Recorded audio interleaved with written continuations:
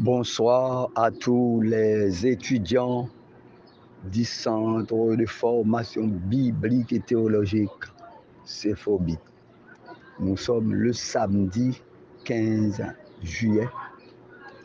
Nous allons voir les derniers livres des prophètes mineurs.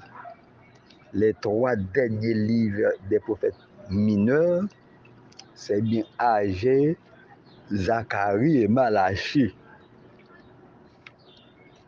Nous sommes très contents d'être avec vous et je suis fier d'être ce soir présent pour expliquer, pour donner l'explication à tous nos étudiants qui sont disposés et disponibles pour apprendre la parole de Dieu. Comme nous disons déjà, nous sommes au livre des prophètes mineurs.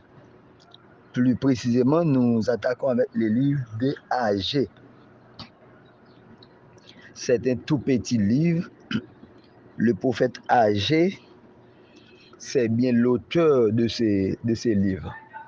C'est bien Agé qui a écrit ces livres et les livres d'Agé portent le nom de son auteur.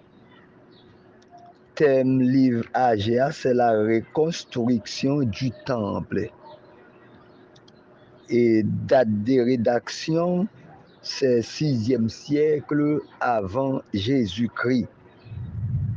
La signification du nom de Agé, le nom de Agé signifie joyeux, joyeux. Agé est un prophète post-exilique, c'est-à-dire qu'il prophétisa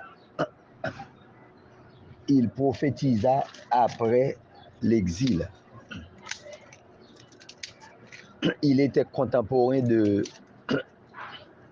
Zacharie et de Malachie, les prophètes âgés.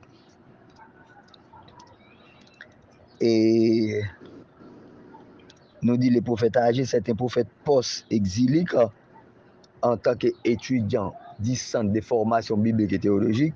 Nous savons déjà la signification du post. Lorsqu'on dit post, on dit après. Exilique, dans l'exilique, nous est exil là. Ce sont des prophètes qui ont été exilés par les ennemis du peuple d'Israël. C'est-à-dire le prophète Agé prophétisa après l'exil. C'est pourquoi on dit que c'était un prophète post-exilique. C'est-à-dire qu'il prophétisa après l'exil du peuple d'Israël en Babylone, en Assyrie, en Mède et Perse et en Égypte. Ce peuple a connu beaucoup d'exil ou de déportation. Les livres d'Agé comprennent 2 chapitres seulement, 38 versets. Les livres d'Agé comprennent 2 chapitres, 38 versets. Les livres d'Agé est divisé en 5 grandes divisions. Premièrement, premier message de reproche de l'Éternel à son peuple. Premier message de reproche, chapitre 1er, verset 1er au verset 11. Chapitre 1er, verset 1er au verset 11. Premier message de reproche. Deuxièmement, premier message d'encouragement. Chapitre 1er, verset 12 à verset 15. Deuxièmement, deuxième message d'encouragement, chapitre 2, verset 1 à 9. Et quatrièmement, second message de reproche, chapitre 2, verset 12 à 19. Et troisième message d'encouragement, de Agé, c'est bien chapitre 2, verset 20 à 23. Et la reproche, première reproche, nous venons dans chapitre 1, verset 10. Mais voilà, c'est pourquoi les cieux vous refusé la rosée et la terre, à refuser des produits, des produits. Premier message de reproche. Premier message d'encouragement, nous venons dans chapitre 1, verset 13. Agé, envoyé de l'Éternel, dit au peuple, d'après l'ordre de l'Éternel, je suis avec vous, dit l'Éternel. C'est le second et encouragement de l'Éternel au peuple d'Israël. Chapitre 1, verset 13. Agé, envoyé de l'Éternel, c'est le prophète de l'Éternel, dit au peuple, d'après l'ordre de l'Éternel, je suis avec vous, dit l'Éternel. C'est-à-dire l'Éternel encourage le peuple ça, et il dit lui avec lui. Et nous savons déjà, lorsque l'Éternel dit nous lui avec nous, nous devons connaître combien nous y est, combien nous forts lorsque l'Éternel dit nous lui avec nous. Et deuxième message d'encouragement, nous avons dit premier message de reproche, c'est dans chapitre 1, verset 10. Premier message d'encouragement, chapitre 1, verset 13. Deuxième message d'encouragement, chapitre 2, verset 4 à continuer. Maintenant, fortifie-toi, Zorobabel, dit l'Éternel. Fortifie-toi, Josué, fils de Jotsadak, souverain sacrificateur. Fortifie-toi, peuple entier du pays, dit l'Éternel, et travaillez, car je suis avec vous, dit l'Éternel des armées. Voilà le deuxième message d'encouragement que Dieu a envoyé à ce peuple. Nous parlons du deuxième message de reproche que nous trouvons dans le chapitre 2, verset 17. Deuxième message de reproche. Nous avons 3 messages d'encouragement et 2 messages de reproche. Premier et deuxième message de reproche là, nous sommes dans le chapitre 2, verset 17. Il dit, je vous ai frappé par la rouille, par la nielle et par la grêle. J'ai frappé tout le travail de vos mains. Malgré cela, vous n'êtes pas revenus à moi, dit l'Éternel. Voilà le deuxième message de reproche de l'Éternel à ses peuples d'Israël. Et troisième message d'encouragement, le troisième message d'encouragement,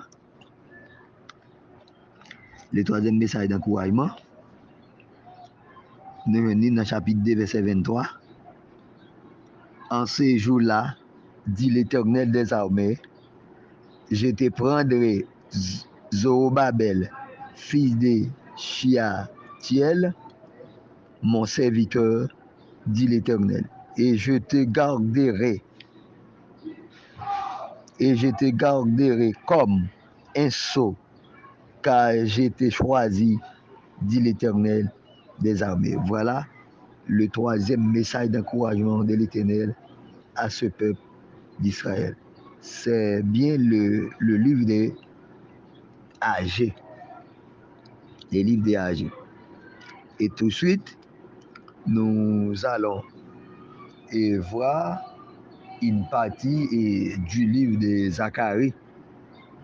Zacharie, le prophète de l'Ancien Testament.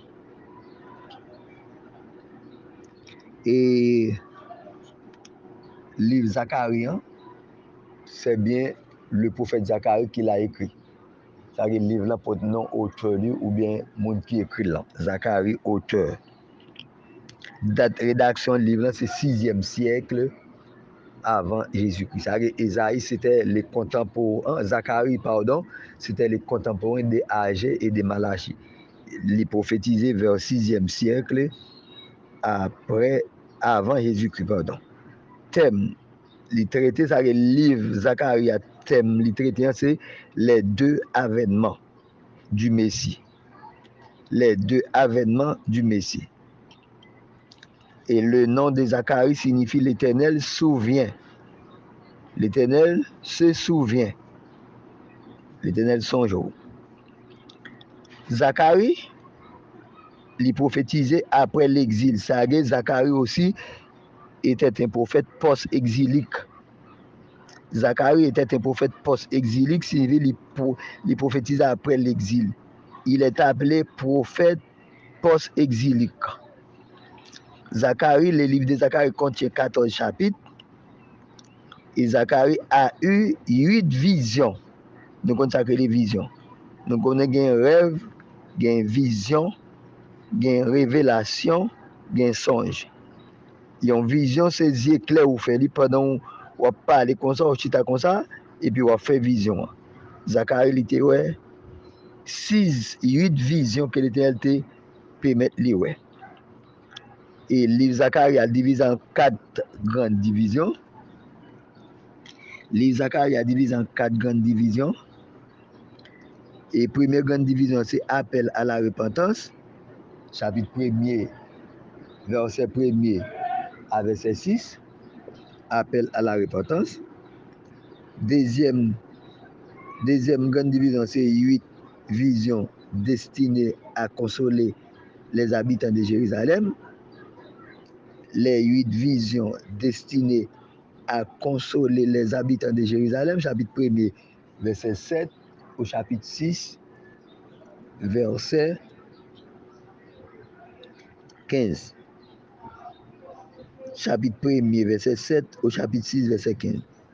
Troisièmement, réponse à une délégation venue de Babylone au sujet des jeunes.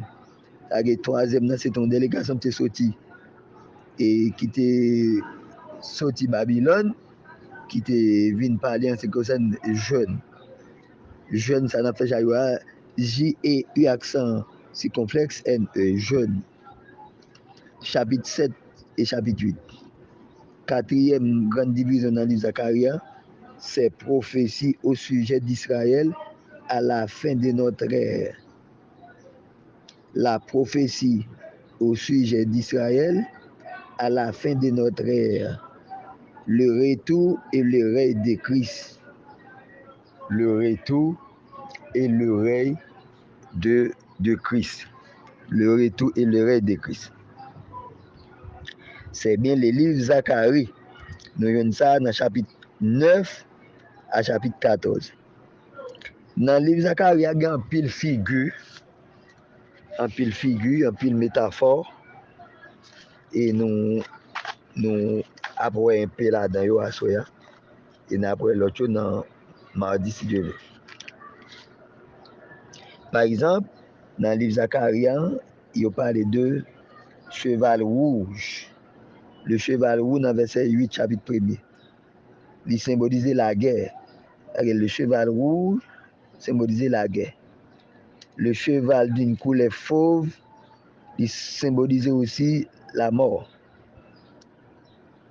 ou bien deuil. Le cheval blanc symbolisait le faux Christ. Le cheval blanc symbolisait le faux Christ. Nous avons tout et symbole ça dans verset 4 là. Dans verset 4 là. Nous avons cheval rouge, cheval fauve, cheval blanc. Dans verset 18 là, nous avons 4 cônes qui symbolisaient. Parfois, les cônes symbolisaient force, ça dépend du contexte. Ils symbolisaient force, ils symbolisaient aussi les rois païens. Mais ici, ces 4 cônes, ici dans le verset 18, ils symbolisaient les 4 empires universels. Les 4 empires universels. Nous connaissons les 4 empires universels. C'est empire babylonien, empire Mède et Perse, empire la Grèce et Empire romain. Les 4 empires universels, les 4 cônes symbolisent les 4 empires universels. C'est bien Empire babylonien, Empire Mède et Perse, Empire la Grèce, Empire Rome.